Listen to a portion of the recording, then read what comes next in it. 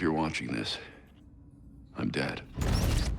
Think we may have treated Gotham Knights a bit too harshly when it first released back in 2022, especially considering what Warner Bros. Has put out since then. I mean, seriously, GameSpot gave the game a 4 out of 10, and IGN followed it up with a 5 out of 10. Those scores are both well below average, and honestly, from what I remembered, I didn't feel like the game was that bad. Sure, the game wasn't amazing, but I don't remember it being a 4 out of 10 bad. Now, before writing this review, I went back and forth with myself a lot. And that back and forth was about whether or not it was worth comparing this game to the likes of Suicide Squad, Kill the Justice League, mainly because those games are so closely related in more ways than one. However, I ended up deciding against doing so. I think Gotham Knights should stand alone, despite it being so hard to not compare to similar games. Now, it's been over 3 years since the game came out, and I felt like it was the perfect time to revisit the game and see just what exactly was so bad about it, and honestly, to answer the question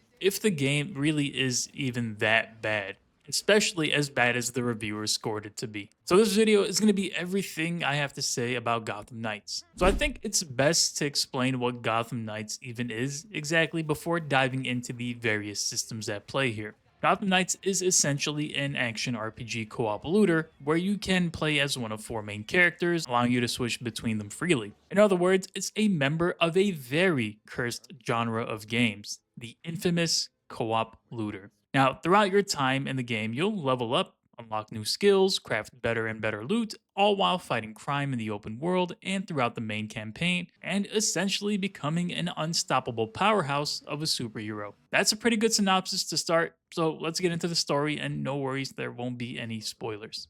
The story kicks off with a bang. Batman is dead after a grueling fight with Ra's al Ghul. The city of Gotham is plunged into chaos, and with the absence of Batman, it is hitting a critical level of bad. Gotham City PD is stretched thin as a number of criminal groups begin to emerge and ransack the city for every last resource.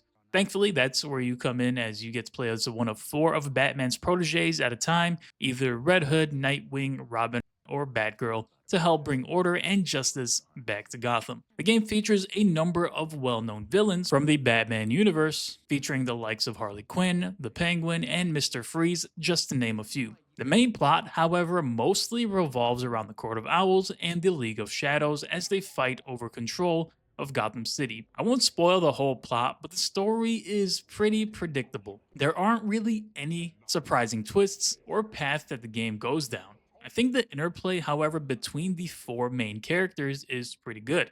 As the story plays out, we get to learn more about our 4 heroes while also gaining a deeper understanding of Gotham's history and how both the League of Shadows and the Court of Owls have been at war over the city behind the scenes. Now, the campaign itself is surprisingly short, totaling in about less than 10 hours outside of some level gated missions that would be too hard to complete if you haven't leveled up enough for them. I'll talk about the mission design later, as it becomes quite an issue as far as the game's overall structure and quality. But to sum up this particular section, I found the story to not be all that interesting, to be honest. It has pretty predictable plot points, betrayals, and very anticlimactic reveals. Thankfully for me, the one bright spot was the writing. I think most characters are written pretty well, and the dialogue between the group, as well as some of the villains, is a high point for the game. With that being said, it's really hard to find any other positives about the story, so I'll just end this section here by saying that the story is not as good as I would have hoped it to be. Now let's talk about the crux of the game, the gameplay. The gameplay in Gotham Knights is going to be very similar to what you've both seen and experienced in other melee-based games. I think the most obvious reference point would be the Arkham series. Melee combat is all based on performing hits in rapid succession, then dodging at the perfect moment based on an indicator over an enemy's attack. It's honestly a very simple system, but it works pretty well for what it is. On top of the basic combos that allow you to use both heavy and light attacks for your melee and ranged hits, you also have what they call momentum abilities, which are basically special abilities that are unique to each character that can be activated before going back on cooldown after its initial usage. Now, honestly, I don't think combat is that bad. Sure, it's slow and some animations are fairly rigid, but I think it felt decent enough for me personally to the point where I didn't mind doing it for the 16 hours it took me to get through the main story and some of these side missions. Now, each character obviously plays a bit differently from one another, using different weapons, different combos, and different abilities. I didn't find the base combat between the characters to stand out much from one another, but where they really start separating from each other is when you start using their momentum abilities. With that being said, I really found the combat to be pretty decent. There really aren't any crazy layers of depth here. Like, you won't unlock new and unique combos to pull off, you won't be stringing together long combos. Basically, the attacks that you start with at the beginning is what you'll be using at the very end of the game as far as the basic combos go. I would have definitely liked to see the combat evolve more outside of just unlocking new momentum abilities to pull off. I mean, even the skills that you unlock throughout the skill tree don't even change up the base gameplay. It's not like you're unlocking a new move or a new combo to use. As it stands, combat is mostly about dodging and attacking up until you build enough momentum to pull off a special ability. Then you rinse and repeat that rotation for about as long as you want to play the game for. Some combat encounters do take forever, especially when it's clear that there are times the game isn't balanced for just one player, and when you're playing through the game, those times become fairly apparent. If you're underleveled against a group of enemies, especially the brute types, you'll find yourself fighting for quite a bit, and these fights do tend to get frustrating as fatigue starts to build up. I mean, there are even enemies that heal themselves midway through combat, and it's definitely annoying. Now, it's worth mentioning that there's a whole system that this game has, allowing you to sneak around and avoid being detected by enemies. Some missions require you to stealth around, but thankfully, those aren't failure states. And of course, I only mention that because of Star Wars Outlaws. But anyway, the stealth is pretty basic. You can sneak up behind enemies to take them out silently or not so silently. The enemy AI is a mix between okay and really bad when it comes to stealth. There are times I would take down an enemy directly behind another and somehow no one would even notice. So that sums up combat. In my opinion, I think it could have definitely gone to a more complex route. I think it's fairly basic, but I didn't find it to be boring. Yes, it does get frustrating at times, but overall, I didn't think it was that bad. I want to quickly touch on enemy variety. These types of games is very important to have a wide variety of enemies to go up against. Now, there are these standard melee and ranged guys, but as you start progressing through the game, especially through the main story, you'll start encountering more specialized enemies like Talons, these League of Shadow Assassins, Brutes, and more. Some enemies do require special approaches in combat, like using a heavy ranged attack against Talons to knock them down, or using a heavy melee attack to break through an enemy's shield. But outside of that, there really isn't much difference between these encounters. Most enemies can be approached the same exact way, leaving any need for a strategic gameplay basically non existent. Now, what the game just lacks in is the boss fights, which is pretty sad because I found those to be the highlight of the game, at least for me. The Mr. Freeze fight was particularly interesting as it employed some unique mechanics. Similarly, the Clayface fight switches up the gameplay a bit as well. Unfortunately, these boss fights are very few and far in between. In fact, the actual main campaign hardly has any bosses, and the ones that they do have are very lacking. The ones that are at least somewhat unique show up more than halfway through the game's main campaign. Essentially, the game leaves the interesting fights off to the side cases, which are optional to do. I think this is a huge misstep because this affects the quality of the main campaign substantially. I mean, throughout the first 6 main cases, there was only one real boss fight, and not a single one was up against a known Batman villain, but instead a named version of what would end up being a very generic brute. Just a very strange decision making there. Anyway, let's move on to progression. Progression in Gotham Knights is fairly straightforward. There is a leveling system that's tied to an XP bar. As you fill the bar up, you get an action point that can be spent within a hero's skill tree. These heroes each have 3 different skill lines, as well as a 4th skill line that falls under the knighthood tree. The skill trees themselves aren't complex at all. Most skills are just passive buffs, such as increasing critical hit damage or crit chance. Some skills down the path thankfully do augment gameplay quite a bit, like allowing Robin to run around without making any noise, making stealth takedowns a breeze. You can definitely lean into a certain playstyle. For example, if I wanted to really hone in on Robin elemental damage, then I'd go down the tinkering skill tree.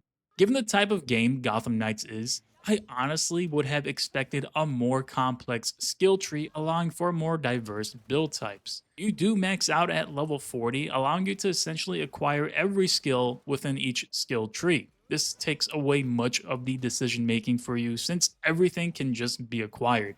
You won't find yourself stuck with a bad build, so to speak. The game revolves heavily around loot, and honestly, crafting your own unique build through a combination of items and skills is half the fun in these types of games. Unfortunately, the whole build system in this game is fairly restrictive and simplistic. You can't really step outside of what the developers intend, and you won't be making any game breaking builds that you haven't seen others make. See, as part of this review, I did go through the Gotham Knights subreddit to see some other players' builds, and they unsurprisingly closely resembled mine. Almost all builds come down to stacking power, crit chance, crit damage, and elemental damage. That's pretty much it. Now, of course, my expectations for what a looter's build system should be like might be skewed a bit, as it is one of my favorite genre of games. I like having the creative freedom to combine a wide array of items and abilities to create overpowered yet uncommon builds. The lack of creative freedom in this game, in my opinion, just makes the gear and the loot system somewhat tacked on for the sake of just having those mechanics. Now, the gear and the loot is the same treadmill we've seen in just about every looter. As you'll play, you'll pick up gear that ranges from common all the way up to legendary, and the legendary gear ends up having the most mod slots and the more diverse gear effects like healing when hitting an enemy for critical damage. I think there are some fun gear pieces that complement your skills and mods, but generally speaking, the interplay between skills and gear isn't that strong, and the gear system itself is really nothing special. It doesn't feel like the devs dove headfirst into these systems, but rather built what would be sufficient enough to appease most players. And I guess that's fine if you're trying to appeal to a larger audience, but still, it is technically a looter RPG. So let's move on to level design. Now, hear me out. Gotham Knights has really good environmental and level design. There, I said it. The game features some really unique and nice looking areas, from these dark, crumbling mines to Blackgate Prison or Arkham Asylum. Each area really has a unique look and feel to it. All are well crafted and filled with small details that really help bring the world to life. I genuinely think that this is one of the game's strongest points, and I'm not sure a lot of people will agree with me on that. But that's the whole point of having an opinion, I suppose. Even the open world itself is not as bad as I remembered. Sure, when you put it up against the Arkham series, then it won't stack up against that. But remember, we're supposed to be looking at this game objectively, and the open world does have some highlights. Some neighborhoods look good. The streets are filled with detail, from unique looking buildings to neon lights shining on the roads. NPCs walk around and chatter. GCPD is posted up in various parts of the city and taking down criminal groups. There's some traffic, but I don't think anyone plays this game for realistic traffic simulation. Being Gotham, it is of course always perpetually raining, and the rain effects look fine with puddles appearing on the ground and a general fog layered over Gotham. It's fine if I get some blowback about this, but I think the game's open world design falls in line with the game's level design and genuinely just looks good. Now, traversing the open world is a completely different story. I never dislike ways to get around in an open world more than what Gotham Knights has offered. First and foremost, the bat cycle is just terrible. It's so slow that getting from point A to point B basically takes forever, especially when it's on the opposite side of the city. I mean, just look at it. There's no sense of speed. It honestly looks like I'm not doing more than 25 miles per hour out there. And to add to that, controlling this thing is just clunky, doesn't feel smooth to ride at all. The whole grapple mechanic is also clunky to use. Like, you can grapple to any edge of a building, then hit X to jump off before getting to that point so you can sort of slingshot off of it, then continue to grapple to the next building. This system would work if it just wasn't so badly designed as it was. There were countless times I would hook onto the wrong edge or just couldn't get to where I wanted to. It really gets frustrating at times. Finally, you get your knighthood traversal ability, and this is equally as bad, if not worse, than the previous two I already mentioned. Essentially, as Robin, I was able to hit the right trigger whenever I was in the air to disappear in thin air, then reappear somewhere down the line of my choosing. This would have definitely been cooler if I moved faster, because honestly, I just can't see the use case for this ability at all. It's slower than the bat cycle and genuinely adds nothing to the game. I've honestly never seen an open world game offer worse traversal options, and the worst part about it is that they had 3 chances at it and managed to fumble all 3 of them. The bad cycle is inherently the best option of the 3, and honestly, that's not saying much at all. Anyway, while on the topic of the open world, the game nails down this whole playing the hero thing. As you exit the belfry, you essentially start a patrol for the night. A patrol being a chance for you to go around fighting crime, interrogating bad guys to learn about their criminal strongholds, or various premeditated crimes. Most of these objectives usually include you beating down a group of bad guys. The more advanced ones might have you disarming bombs, transporting an organ to a certain location, or chasing down a getaway vehicle. There isn't a large variety of these types of activities, and they'll start repeating pretty quickly, but they're mostly there to serve as a way for you to level up and get up to the current level of the story missions. The reason for that is because you'll often find yourself under leveled for the main campaign, especially if that's the only thing you've focused on. If there wasn't a suggested level for each mission, then you'd probably be able to blow through the main campaign in no longer than 6 hours.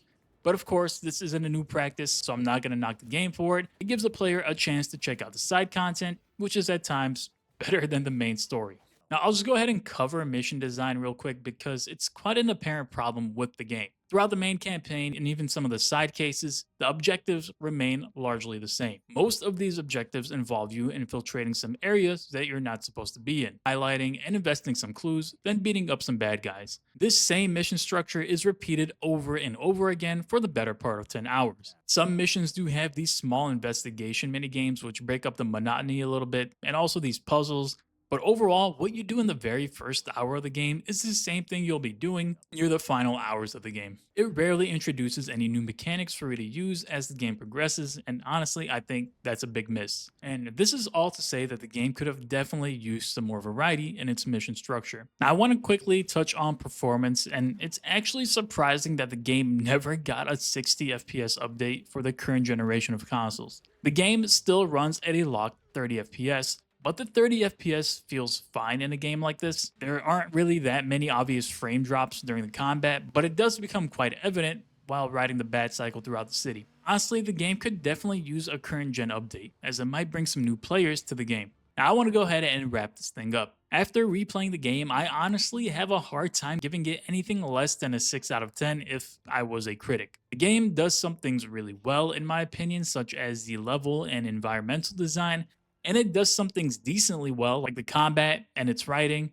And it, of course, does some things a bit less than average, such as the loot and progression, as well as the overall story. Objectively speaking, Gotham Knights really isn't that bad. It got a bad rep for being an uninspired Arkham clone that missed out on just about everything that made the Arkham series what it is. I think the main problem with this game is that a lot of its systems are just very surface level. They never really dig down into potential layers of depth. Like the combat is basic, the gear is basic, the mission design is basic, and the dev team just took no risks in any of its designs. That being said, if you have a friend to bring along to play this game with, then I think it might be worth a playthrough to go through in about a day or two. These days, the game is very often on sale, so I'm gonna be brave here and say that I would recommend a playthrough of Gotham Knights if you have a friend to bring along. So that wraps up my review and revisit of Gotham Knights. Thank you all for watching as always. If you guys enjoyed the video, make sure to hit that sub button. I'll see you all in the next one.